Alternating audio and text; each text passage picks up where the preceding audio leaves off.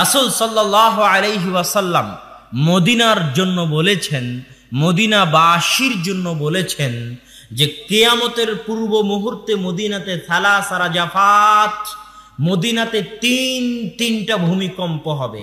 কেন তিনটা ভূমিকম্প হবে? মদিনা হচ্ছে কালকির, মদিনা হচ্ছে হাঁপড়ের মতো। হাঁপড় বুঝেন?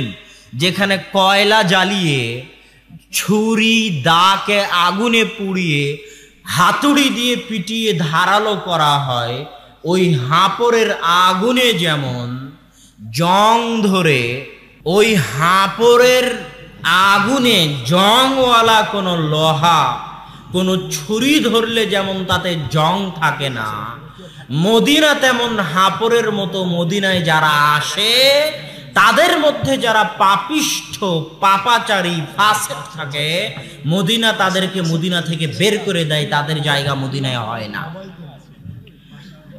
হাদিসটা আপনারা মনোযোগ দিয়ে শুনলেন কিনা আমি বুঝলাম না। আল্লাহ রাসূল সাল্লাল্লাহু আলাইহি ওয়াসাল্লাম বলছেন মদিনা হচ্ছে হাঁপড়ের মতো। হাঁপড় যেমন জং দূর করে, মদিনায় তেমন কোনো পাপিষ্ঠ পাপাচারীর জায়গা হয় না। আপনি ভিসা করে নিয়ে মদিনায় যান, মনে করবেন আজীবন মদিনায় থাকবেন, মদিনায় মৃত্যুবরণ করবেন। দেখবেন 2 বছর 3 বছর 4 বছর পর এমন কিছু হয়ে গেছে আপনি আর মদিনায় থাকতে পারলেন না, আপনার পাপের কারণে, আপনার পাপিষ্ঠ হওয়ার কারণে। কেননা কোনো মুনাফিক পাপিষ্ঠের জায়গা মদিনায় হবে না। মদিনা হচ্ছে হাঁপড়ের মতো। কিন্তু কিয়ামতের পূর্ব মুহূর্তে যখন দাজ্জাল আসবে, মদিনার দরজায়, মদিনার গেটে, উহুদ পাহাড়ের পিছনে যখন দাজ্জাল আসবে, তখনও কিছু মুনাফিক, কিছু পাপিষ্ঠ, কিছু ফাসিক মদিনায় বসবাস করবে। ওই সময় সালাস রাজাফাত, 3টা বিশাল ভূমিকম্প হবে। এই ভূমিকম্পে ওই সমস্ত ফাসিক, পাপিষ্ঠ মুনাফিকরা ভয়ে ভীত হয়ে মদিনা থেকে পালিয়ে মদিনার এরিয়ার বাইরে চলে যাবে এবং দাজ্জালের ফিতনায় পতিত হয়ে যাবে। আল্লাহু আকবার। এটা হচ্ছে মদিনার বরকত। একমাত্র খালেস মুমিন যারা, ইমানদার যারা, তারাই মদিনায় থাকতে পারবে এবং দাজ্জালের ফিতনা থেকে মুক্তি পাবে। এগুলো হচ্ছে মদিনার জন্য বলে যাওয়া রাসূল সাল্লাল্লাহু আলাইহি ওয়াসাল্লামের ফজিলত। সুতরাং এই সমস্ত ভাইরাস, এই সমস্ত সংক্রামক ব্যাধির মদিনায় প্রবেশ করার কোনো আশঙ্কা, কোনো চিন্তা, এবং দাজ্জালের মদিনায় প্রবেশ করার কোনো আশঙ্কা, কোনো চিন্তা নাই। এটা হতেই পারে না, এটা অসম্ভব। সুতরাং যারা মদিনায় আছে, মদিনায় যারা যাবে, তারা এই সমস্ত সংক্রামক ব্যাধি থেকে, দাজ্জালের ফিতনা থেকে, এই সমস্ত বালা মুসিবত থেকে নিরাপদে আল্লাহ সুবহানাহু ওয়া তাআলা আমাদেরকেও এই জাতীয় সংক্রামক ব্যাধি, এই জাতীয় বিপদ আপদে থেকে দূরে থাকার, মুক্ত থাকার তৌফিক দান করুক। আল্লাহুম্মা আমিন। তবে আপনাদেরকে একটা অনুরোধ করব, আপনারা আব্বুর গান বাজনা সংক্রান্ত এবং বেহায়াপনা, বেলিল্লাপনা সংক্রান্ত যে বক্তব্য আছে, ওই বক্তব্যগুলো শুনবেন।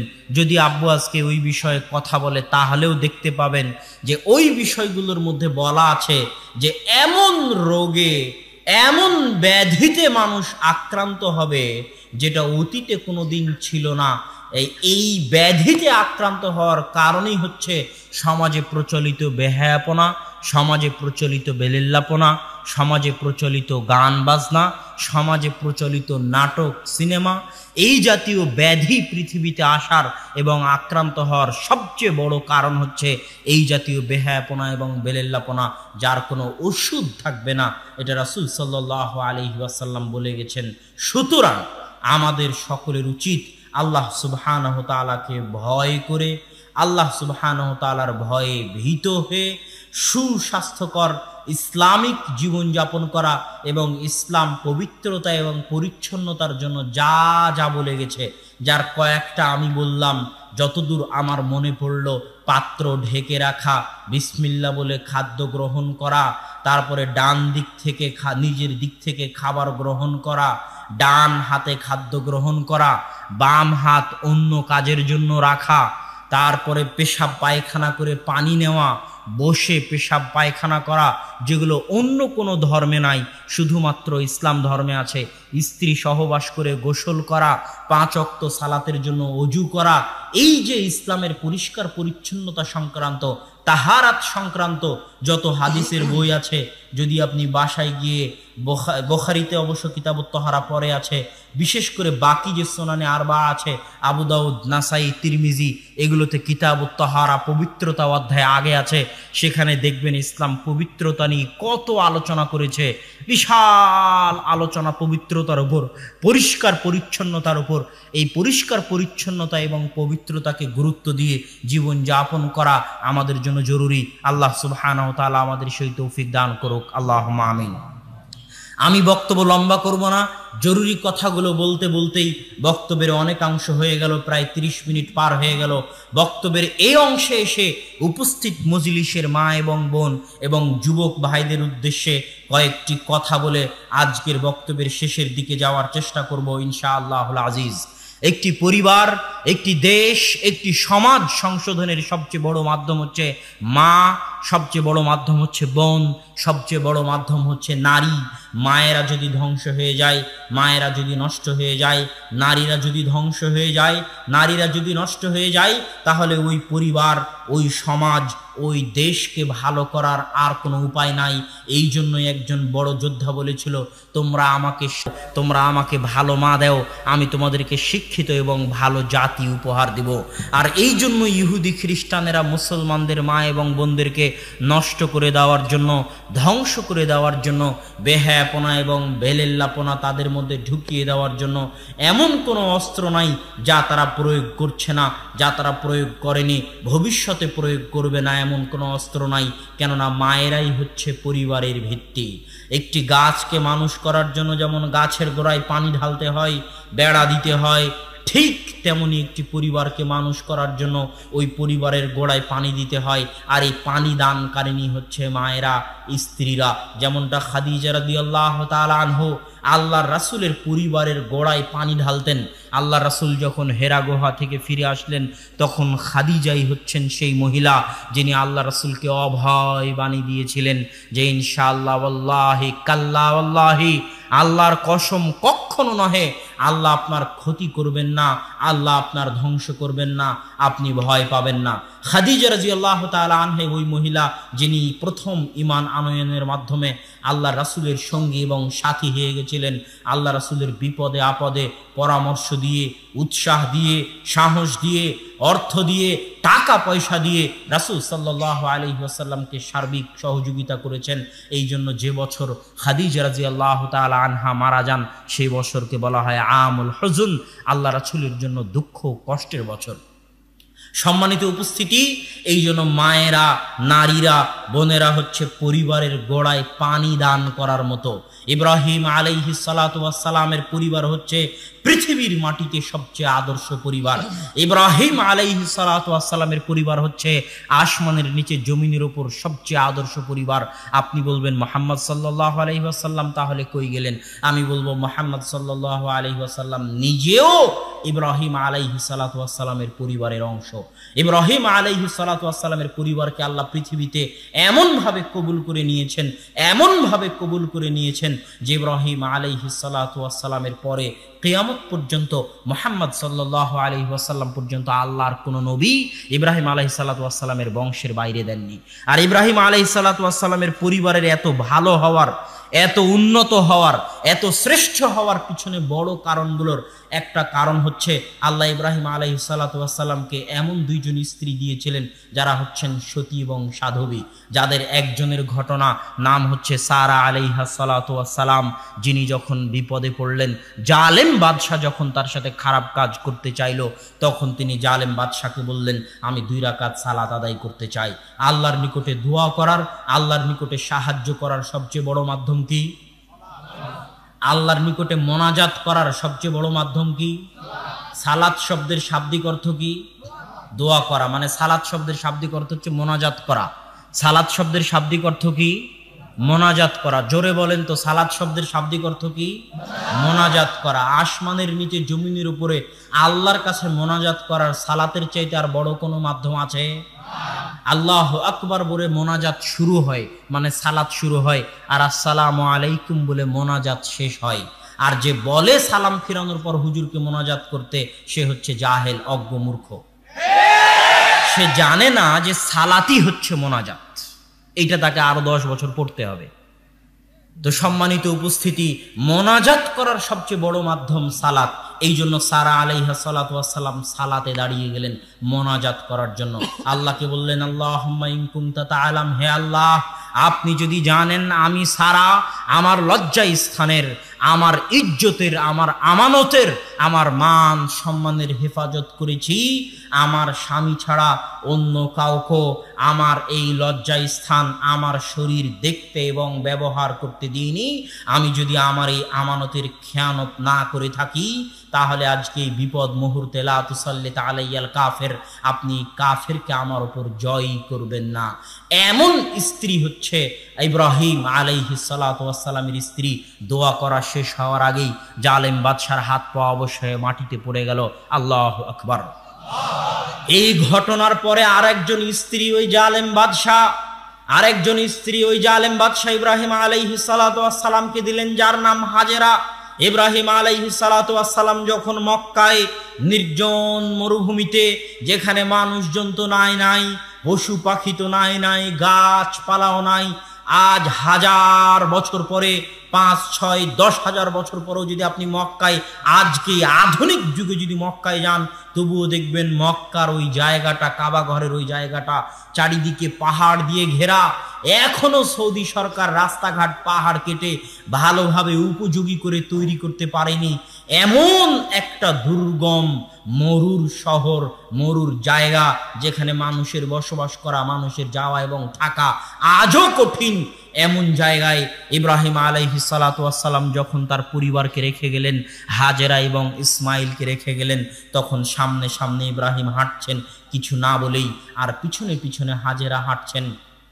তখন হাজেরা জিজ্ঞেস করছেন, আইনা তাযহাবু ইব্রাহিম, ইব্রাহিম আপনি কোথায় যাচ্ছেন? ইব্রাহিম আলাইহিস সালাম উত্তর দেন না। আইনা তাযহাবু ইব্রাহিম, ইব্রাহিম কোথায় যাচ্ছেন? উত্তর দেন না। তখন হাজেরা বললেন, আপনি কি আল্লাহর নির্দেশে যাচ্ছেন? আল্লাহর আদেশে আমাদেরকে এখানে রেখে যাচ্ছেন? তখন ইব্রাহিম আলাইহিস সালাম বললেন, নাম। তখন আল্লাহ, যদি আল্লাহর নির্দেশে, আল্লাহর আদেশে এই নির্জন মরুভূমিতে আমাদেরকে রেখে গিয়ে থাকেন, তাহলে এখানে মানুষজন না থাকলেও, এখানে খাবার না থাকলেও, পশু পাখি না থাকলেও, পানির ব্যবস্থা না থাকলেও আমাদের হেফাজত আল্লাহ করবেন, কোনো চিন্তা নাই ইনশাআল্লাহ। কতটা মজবুত ইমানের অধিকারী, কতটা আল্লাহর উপর ভরসাকারিনী মহিলা হলে এমন নির্জন পরিবেশে, মহিলা মানুষ, কোনো পুরুষ মানুষ নয়, তিনি একজন মহিলা মানুষ। আল্লাহু আকবার। হাতে একটা ছোট বাচ্চা, এই ছোট বাচ্চাকে নিয়ে একজন মহিলা মানুষ কতটা আল্লাহ ভীরু হলে, কতটা ইমানদার হলে এমন নির্জন মরুভূমিতে, যেখানে মানুষজন নাই, যেখানে থাকার ব্যবস্থা নাই, খাওয়ার ব্যবস্থা নাই, পানির ব্যবস্থা নাই, এমন জায়গায় বলতে পারে যদি আল্লাহর নির্দেশে হয়ে থাকে তাহলে আমাদেরকে আল্লাহ হেফাজত করবেন। তিনি যখন পানির সন্ধানে সাফা মারওয়ায় দৌড়ালেন 7 বার, তো এমন একজন পরহেজগার মহিলার সাফা মারওয়ায় 7 বার দৌড়ানোকে আল্লাহ কোরআনে বলছেন, ইন্নাস সাফা ওয়াল মারওয়াতা মিন শাআইরিল্লাহ। ওই যে হাজেরা সাফা মারওয়ায় তার সন্তানের জন্য দৌড়িয়েছিল, আমি হাজেরার এই দৌড়ানোটাকে কিয়ামত পর্যন্ত নিদর্শন বানিয়ে দিলাম। আল্লাহু আকবার। ওই জায়গাতেই পৃথিবীর সর্বশ্রেষ্ঠ মানুষ মুহাম্মদ সাল্লাল্লাহু আলাইহি ওয়াসাল্লাম দৌড়িয়েছেন। আজও এখনো হাজার মানুষ সেখানে দৌড়াচ্ছে। এই জন্য বললাম, ইব্রাহিম আলাইহিস সালাতু ওয়াস সালামের পরিবার হচ্ছেন পৃথিবীতে সর্বশ্রেষ্ঠ পরিবার। ইসলামের বহু হুকুম আহকাম ইব্রাহিম আলাইহিস সালাম এবং তার পরিবারের সাথে সম্পৃক্ত। পুরো হজটাই, পুরো কাবা ঘরটাই আমাদের পুরো কেবলা। আমরা যে 5 ওয়াক্ত সালাত আদায় করি যেই কেবলার দিকে মুখোমুখি হয়ে, সেই কাবা ঘর থেকে শুরু করে, পুরো হজ থেকে শুরু করে, কুরবানি থেকে শুরু করে, মুসলমানি করা থেকে শুরু করে সব কিছুই ইব্রাহিম আলাইহিস সালাতু ওয়াস সালাম এবং তার বংশধরদের সাথে ঘটে যাওয়া ঘটনাগুলোর স্মৃতিচারণ স্বরূপ আল্লাহ সুবহানাহু ওয়া তাআলা ইসলামের বিধিবিধান স্বরূপ বানিয়ে দিয়েছেন। তো সম্মানিত উপস্থিতি, মা এবং বোনদেরকে লক্ষ্য করে বলতে চাই, আপনাদের দ্বারাই আদর্শ পরিবার সম্ভব যদি আপনারা সারা এবং হাজেরার মতো পরহেজগার হন, তাকওয়াবান হন, আল্লাহ ভীরু হন, তাহলে সমাজ পরিবর্তন করা সম্ভব। এই ধরনের আল্লাহর প্রতি বিশ্বাসী, আল্লাহর প্রতি ভরসাকারী এবং আল্লাহ সুবহানাহু ওয়া তাআলার বিধিবিধান পালনকারী, বেহায়াপনা বেলেল্লাপনা থেকে মুক্ত থাকা।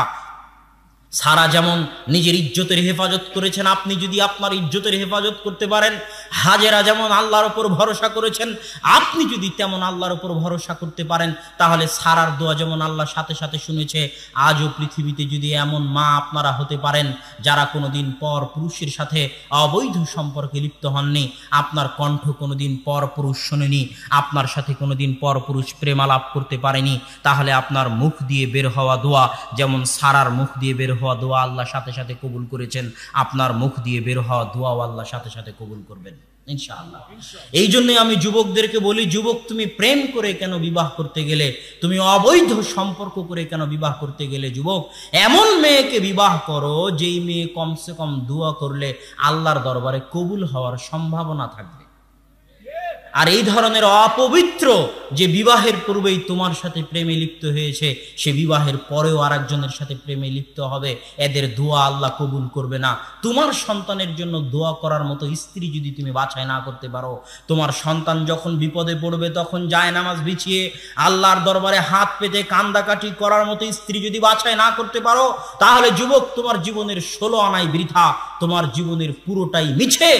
অতএব নিজে পবিত্র থেকে পবিত্র স্ত্রীর অনুসন্ধান করো, যার সাথে প্রেম থাক, তওবা করে ফিরে আসো এবং পবিত্র পরহেজগার মেয়ে বাছাই করো, যাতে কমসে কম জায়নামাজ বিছিয়ে আল্লাহর দরবারে হাত পেতে 2 রাকাত সালাত আদায় করে তোমার সন্তানের জন্য, তোমার জন্য আল্লাহর দরবারে দোয়া করতে পারে। এমন মা, এমন স্ত্রী যদি পরিবারে না থাকে, তাহলে সেই পরিবার মাঠে মারা গেছে। এই জন্য মা এবং বোনদেরকে অনুরোধ, যুবক ভাইদের নিকটে অনুরোধ, যে আমরা আল্লাহ সুবহানাহু ওয়া তাআলার বিধিবিধান মেনে নিজেদের জীবন পরিচালনা করার চেষ্টা করি। আল্লাহ আমাদের তৌফিক দান করুক, আল্লাহুম্মা আমিন। যুবকদের উদ্দেশ্যে জরুরি কথা, আমি গত বছর এই মজলিসে যুব সমাজের জন্য আলোচনা করেছিলাম, বিশাল লম্বা 30-40 মিনিট 1-1.5 ঘন্টার আলোচনা ছিল। আজকে অত লম্বা আলোচনা করছি না, আজকে সংক্ষিপ্ত আকারে যুব সমাজকে বলে যাচ্ছি, তোমরাই হচ্ছ জাতির ভবিষ্যৎ। এই জন্য রাসূল সাল্লাল্লাহু আলাইহি ওয়াসাল্লাম বলেছেন, সাবাআতু ইউদিল্লুহুমুল্লাহু ইয়াওমা লা দিল্লা ইল্লা দিল্লুহ, কঠিন কিয়ামতের মাঠে আল্লাহ সুবহানাহু ওয়া তাআলা 7 শ্রেণীর মানুষকে তার বিশেষ ছায়াতলে ছায়া দিবেন। তার মধ্যে এক শ্রেণী হচ্ছে শাবুন নাশা ফি ইবাদাতিল্লাহ, ওই যুবক যে তার যৌবন কালকে আল্লাহর ইবাদতে, আল্লাহর রাস্তায়, আল্লাহর বিধিবিধান পালন করতে ব্যয় করেছে। বয়স 60-70 হয়ে গেলে সালাত আদায় করা, মুখে দাড়ি রাখা সহজ। বয়স 60-70 হয়ে গেলে সালাত আদায় করা, মুখে দাড়ি রাখা সহজ, কিন্তু বয়স যখন 20-25, তখন বাপ মা, সমাজ, স্ত্রী সন্তান, পাড়া প্রতিবেশী, ভাবি ননদ, তাদের টিটকারি, তাদের মজা উপেক্ষা করে, তাদের টিটকারি উপেক্ষা করে, চাকরি হারানোর ভয়কে উপেক্ষা করে, রিজিকের ভয়কে উপেক্ষা করে দাড়ি রাখা, টাকনুর উপর প্যান্ট পরা, সালাত আদায় করা অনেক অনেক কঠিন কাজ। এই জন্য আল্লাহ বৃদ্ধদের জন্য এই বিশেষ নিয়ামত রাখেননি। কেননা বৃদ্ধ বয়সে দাড়ি সবাই রাখতে পারে, বৃদ্ধ বয়সে সালাত সবাই রাখতে পারে। এই বিশেষ নিয়ামত আল্লাহ ওই যুবকদের জন্য রেখেছেন যারা যুবক বয়সে যাবতীয় রিস্ক, যাবতীয় চ্যালেঞ্জ, যাবতীয় বাধা বিপত্তি উপেক্ষা করে আল্লাহ সুবহানাহু ওয়া তাআলার বিধিবিধান অনুযায়ী চলতে পারবে, তাদের জন্য এই বিশেষ পুরস্কার। আজকে আমাদের যুবক সমাজের অধিকাংশ যুবক নিজেদের জীবনকে মানুষের মতবাদকে দুনিয়াতে প্রতিষ্ঠিত করার জন্য ব্যয় করে দিচ্ছে। হাজারো যুবক আছে যারা আওয়ামী লীগের রাজনীতি, বিএনপির রাজনীতি, জামাতি ইসলামের রাজনীতি, এই ধরনের রাজনৈতিক দলের পিছনে নিজেদের জীবন, নিজেদের সময়কে ব্যয় করে দিচ্ছে। অথচ এই সমস্ত যুবককে কিয়ামতের মাঠে তাদের সময়ের হিসাব দিতে হবে। রাসূল সাল্লাল্লাহু আলাইহি ওয়াসাল্লাম বলেছেন, আব্দুল্লাহ বিন মাসউদের হাদিস, যে আদম সন্তান তার পা লা তাজুল কদম ইবনে আদম, আদম সন্তানের পা কিয়ামতের মাঠে এক ধাপও সামনে এগোতে পারবে না যতক্ষণ না 5টা প্রশ্নের উত্তর দেয়। তার মধ্যে একটা প্রশ্ন হচ্ছে আন শাবাবিক, হে যুবক তুমি তোমার যৌবন কালকে কোথায়, কোন রাস্তায়, কার পিছনে ব্যয় করেছো, এই জবাব কিয়ামতের মাঠে দিয়ে যেতে হবে। অতএব যুব সমাজকে লক্ষ্য করে বলতে চাই, তোমরা এই জাতির ভবিষ্যৎ, নিজেকে অচল, অকেজো, অথর্ব, দেশ, জাতি এবং পরিবারের জন্য বোঝা বানিও না। যে সমস্ত যুবকের আত্মমর্যাদা নাই, আত্মসম্মান নাই, যুগ যেই দিকে চলে তারা যুগের তালে চলে, যেই দিকে বাতাস হয় সেই দিকে ছাতা ধরে, যুগে যখন যেটা চলে তখন সে সেই তালে চলে। এই সমস্ত যুবক হচ্ছে আত্মমর্যাদাহীন যুবক, আত্মসম্মানহীন যুবক। নদীর স্রোতে, সমুদ্রের স্রোতে যেমন পানা ভেসে যায়, খড়কুটো ভেসে যায়, ফেনা ভেসে যায়, ওই সমস্ত ফেনা খড়কুটোর যেমন শক্তি থাকে না, তাদের যেমন কোনো আত্মমর্যাদা থাকে না, এই সমস্ত যুবকের তেমন কোনো শক্তি নাই, আত্মমর্যাদা নাই। এরা যখন যেটা সমাজে চলে, যখন আইপিএল চলে, যখন বিপিএল চলে, যখন জুয়া চলে, যখন মদ চলে, যখন গান বাজনা চলে, এরা সবগুলোর সাথে শরিক হয়। এদের নিজস্ব কোনো আত্মমর্যাদা, কোনো ভ্যালু নেই। আর যেই স্টিমার, যেই লঞ্চ স্রোতকে উপেক্ষা করে চলে, ওই স্টিমার লঞ্চের যেমন সুযোগ আছে, ওই স্টিমার লঞ্চের যেমন শক্তি আছে, আত্মমর্যাদা আছে, একটা যুবকও যখন সমাজে যাবতীয় বাধাকে উপেক্ষা করে ইসলামের আদর্শকে ধরে সমাজে চলতে চায়, তখন সেই যুবক আত্মসম্মান সম্পূর্ণ যুবক, আত্মমর্যাদা বোধ সম্পূর্ণ যুবক। আর পর্দার বিষয়টাও আত্মমর্যাদার সাথে সম্পৃক্ত। এই জন্য রাসূল সাল্লাল্লাহু আলাইহি ওয়াসাল্লাম বলেছেন, লা ইয়াদখুলুল জান্নাতা দায়ুস, দায়ুস জান্নাতে যাবে না। দায়ুস মানে যার মধ্যে দিয়াসা আছে। দিয়াসা কার মধ্যে আছে? দিয়াসা আছে শুকুরের মধ্যে। আল্লাহ রাসূল বলতেছেন দায়ুস জান্নাতে যাবে না, মানে দায়ুস মানে যার মধ্যে দিয়াসা আছে তাকে বলা হয় দায়ুস।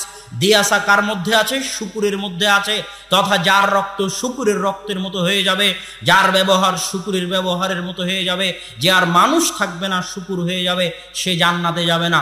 শুকুরের যেমন লজ্জাবোধ নাই, শুকুরের যেমন ইতস্তবোধ নাই, শুকুরের যেমন আত্মমর্যাদা নাই, শুকুরের যেমন আত্মসম্মান নাই, যারা নিজের বাড়িতে বেপরদার সুযোগ দিয়েছে তাদের রক্ত শুকুরের রক্তের মতো হয়ে গেছে। যার মা, যার বউ, যার স্ত্রী বেপরদা হয়ে চললে তার বিন্দু মাত্র ইতস্তবোধ সৃষ্টি হয় না, তার রক্তের মধ্যে, তার মনের মধ্যে তার রক্ত আর শুকুরের রক্তের মধ্যে কোনো পার্থক্য নাই। এটা আমি না, আল্লাহর রাসূল বলে গেছেন। এই জন্য আপনি শুকুর হওয়া থেকে বাঁচুন। আপনি দায়ুস হলেন মানে শুকুর হয়ে গেলেন, কেননা পৃথিবীতে একমাত্র দায়ুস প্রাণী, একমাত্র দায়ুস প্রাণী হচ্ছে শুকুর, যার আত্মমর্যাদা বোধ নাই, যার রক্তে দিয়াসা আছে।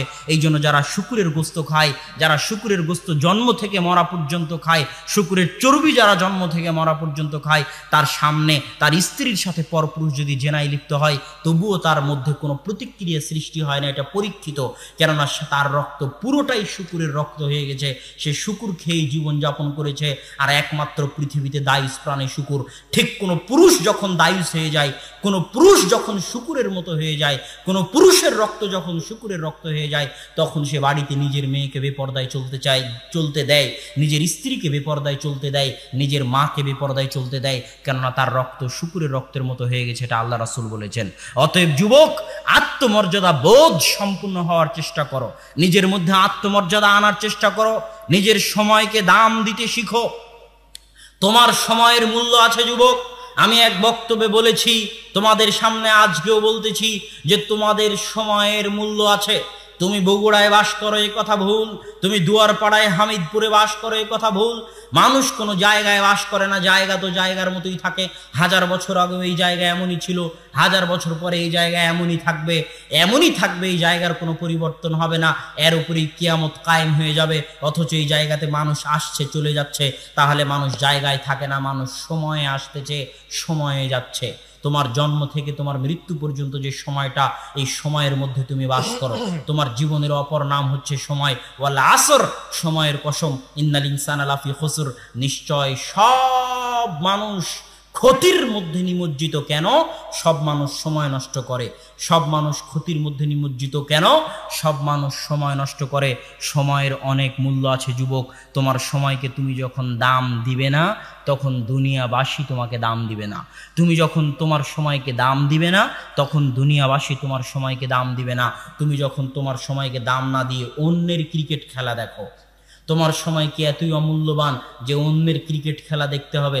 সে এসে তোমাকে দেখুক, এর নাম হচ্ছে আত্মমর্যাদাবোধ। যে আমি কেন তাকে দেখব, সে আমাকে দেখুক, একে বলে আত্মমর্যাদা। আমি কেন তার অনুসরণ করব, সে আমার অনুসরণ করুক, পারলে, এর নাম আত্মমর্যাদা। আমি কেন পাখির জন্য জীবন দিব, পারলে পাখি আয়েশা রাদিয়াল্লাহু তাআলা আনহার জামা পরার জন্য জীবন দিক। আমি কেন শাহরুখ সালমানের জন্য জীবন দিব, পারলে শাহরুখ সালমান আমার নবী মুহাম্মদ সাল্লাল্লাহু আলাইহি ওয়াসাল্লামের অনুসরণ করুক, এর নাম আত্মমর্যাদা। আজকে যুব সমাজ তো জানে না। আমি মাঝে মাঝে দেখলে হতাশ হই। সৌদি আরবের মাটিতে যখন দেখি সৌদি আরবের যুবকরা মেসির 10 নম্বর গেঞ্জি পরে আছে, দেখা মাত্রই, যতবার দেখি ততবার আমার মাথায় এই জিনিস কাজ করে, যতবার দেখি ততবার আমার মাথায় এই জিনিস কাজ করে যে এই মেসি যেই ক্লাবে খেলে সেই ক্লাবের নাম বার্সেলোনা, আর এই বার্সেলোনা ক্লাবটা যেই জায়গায় অবস্থিত সেই জায়গার নাম স্পেন, আর ওই স্পেনের মালিক ছিল এই সৌদি আরবের এই যুবকের বাপদাদারা।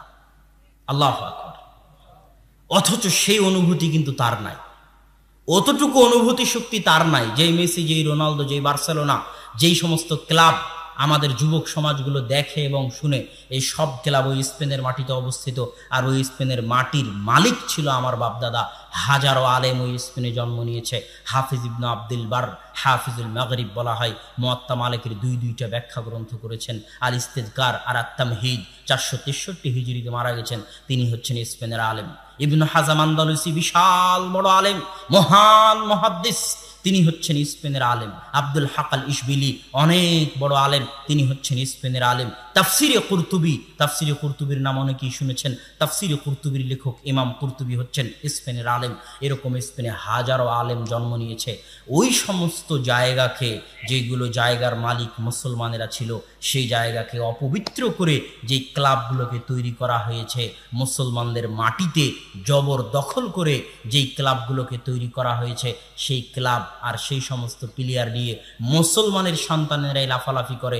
এই জাতি যদি ধ্বংস না হয় তাহলে কোন জাতি ধ্বংস হবে?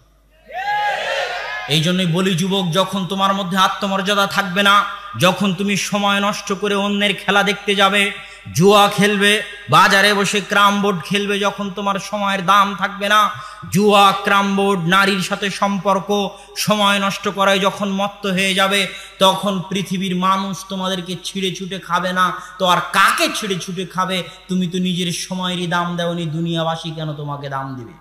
কোনো প্রয়োজন নাই দুনিয়ার মানুষের তোমাকে দাম দেওয়ার, যখন তুমি নিজের সময়কে দাম দেওনি। এই কথা আল্লাহ রাসূলও বলেছেন যে ক্ষুধার্ত ব্যক্তি যেমন খাবারের প্লেটে ঝাঁপিয়ে পড়ে তেমনই ঝাঁপিয়ে পড়বে। কেন আল্লাহ রাসূল? আমরা কি সংখ্যে কম হব? আনাহনু কালিলুন ইয়াউমাইযিন, না, সেই দিন তোমরা সংখ্যে কম হবে না, কিন্তু আনতুম কাগুসাইস সাইল, তোমাদের আত্মমর্যাদা থাকবে না, তোমরা সময়ের দাম দিবে না, তোমরা অন্য জাতির অনুসরণ করবে, অন্য সম্প্রদায়ের অনুসরণ করবে, অন্যের খেলা দেখবে, অন্যের ছবি দেখবে, অন্যের মুভি দেখবে, গান বাজনা নিয়ে ব্যস্ত থাকবে। তোমরা হবে খড়কুটোর মতো, তোমরা হবে ফেনার মতো, কোনো আত্মমর্যাদা থাকবে না। এখানে হাজারো যুবক বসে আছে যাদের ভিতরে সরিষা সমপরিমাণ আত্মমর্যাদা নাই, এরাদেরকে তুলে ডাস্টবিনে ফেলে দেওয়ার যোগ্য।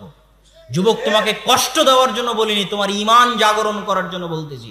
তুমি যখন নিজের সময়কে দাম না দিয়ে খড়কুটো ফেনার মতো হয়ে যাও, সময় নষ্ট করো, জুয়া খেলো, ক্যারমবোর্ড খেলো, তাস খেলো, ক্রিকেট খেলা দেখো, এই সমস্ত খেলায় যখন অংশগ্রহণ করো, তখন তুমি ডাস্টবিনে ফেলে দেওয়ার মতো, আর ফেলেও দিচ্ছে। তুমি পদ্মা সেতুর ইতিহাস পড়ে দেখিও, যে পাইলের মধ্যে লেবার পড়ে গেছে, ওই লেবারকে তুলাই হয়নি, পাইলের মধ্যেই পড়ে মরে গেছে। এটা বাংলাদেশি লেবার, কোনো চায়না কোরিয়ান নয়। কেন? নিজের সময়কে কোনোদিন দাম দেয়নি। আওয়ামী লীগ বিএনপির রাজনীতি করেছে, সারাদিন মদ, জুয়া, আড্ডা, ক্রামবোর্ড নিয়ে থেকেছে। তো এরা যদি লেবারি না করে তো কারা লেবারি করবে? এরা বাংলাদেশেও লেবারি করবে, এরা বিদেশেও লেবারি করবে। এটাই এদের ভাগ্যে লেখা আছে। যতক্ষণ না নিজেরা পরিবর্তন হবে ততক্ষণ। বাহির দেশ থেকে মানুষ এসে এই দেশে বড় বড় চাকরি করবে, বাহির দেশ থেকে মানুষ এসে এই দেশে ইঞ্জিনিয়ারিং করবে, বাহির দেশ থেকে মানুষ এসে এই দেশে ডাক্তারি করবে, বাহির দেশ থেকে মানুষ এসে এই দেশে বিজ্ঞান হবে, আর আমার আপনার পকেটের টাকা তারা বেতন হিসেবে নিয়ে যাবে, আর আমরা আপনারা এই দেশেও লেবারি করব, পদ্মা সেতুতে বাইরেও লেবারি করব। কেন? জীবনে কোনোদিন বই খুলে দেখেনি, সারাদিন রাজনীতি করেছে, অস্ত্র নিয়ে মারামারি করেছে, ক্রামবোর্ড খেলেছে, আইপিএল খেলেছে, বিপিএল খেলেছে। এরা চিরজীবন লেবারি করবে যতক্ষণ না পরিবর্তন হবে। সম্মানিত উপস্থিতি, আর আজকের বক্তব্যের শেষে আমি চলে এসেছি। বক্তব্যের শেষে আমি এই কথা আপনাদের সামনে অনুরোধ রাখতে চাই যে আসুন আল্লাহ সুবহানাহু ওয়া তাআলা আমাদের যুবক সমাজের মধ্যে আত্মমর্যাদা বোধ জাগিয়ে দিক। আমাদের যুবক সমাজকে আল্লাহ সুবহানাহু ওয়া তাআলা পরিবর্তন করুক, যেন তারা দেশ এবং জাতির জন্য বোঝা না হয়ে দেশ এবং জাতি এবং পরিবারের কাজে লাগে। মা এবং বোনেরা যেন হাজেরা এবং সারার মতো তাকওয়াবান পরহেজগার হয়ে শত আদর্শ পরিবার জাতিকে উপহার দিতে পারে, এই দোয়া, এই কামনা ব্যক্ত করে আজকের সংক্ষিপ্ত বক্তব্য এখানেই শেষ করছি। ওয়া আখিরু দাওয়ানা আনিল হামদুলিল্লাহি রাব্বিল আলামিন। আসসালামু আলাইকুম ওয়া রাহমাতুল্লাহি ওয়া বারাকাতুহু। আলহামদুলিল্লাহ, জাযাকাল্লাহ। আমরা তার জন্য এবং তার ছেলে